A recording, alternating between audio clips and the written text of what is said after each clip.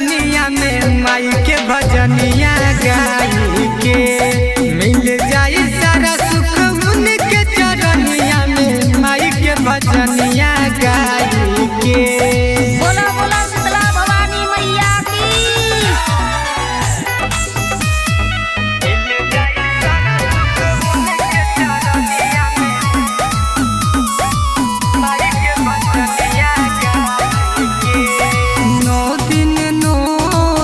तर माई के करा उनके भक्ति में 9 दिन दुसहा करती है माई पूरा इच्छा दुखवा के आई नहीं हिस्सा गोरी के चुनरिया भगती में झूमा गाई गाई के मिल जाए सारा सुख उनके चरनिया में माई के भजनिया गाई के मिल जाए सारा सुख उनके चरनिया में माई के भजनिया गाई के।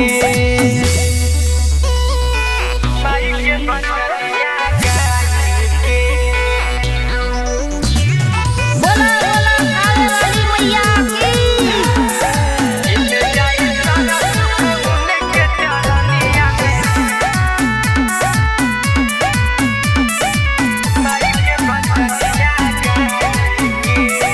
दुख सुख में माई साथ रही उनका से बढ़ के बाटे न कोई माई तो जिए के बयास हो दुखवा तो टल जाए साथ हो पूरा सिल माई कोहल तो के भजनिया गाई के मिल जाए सारा सुख उनके चरनिया में माई के भजनिया गाई के मिल जाए सारा सुख उनके चरनिया में माई के भजनिया गाई के।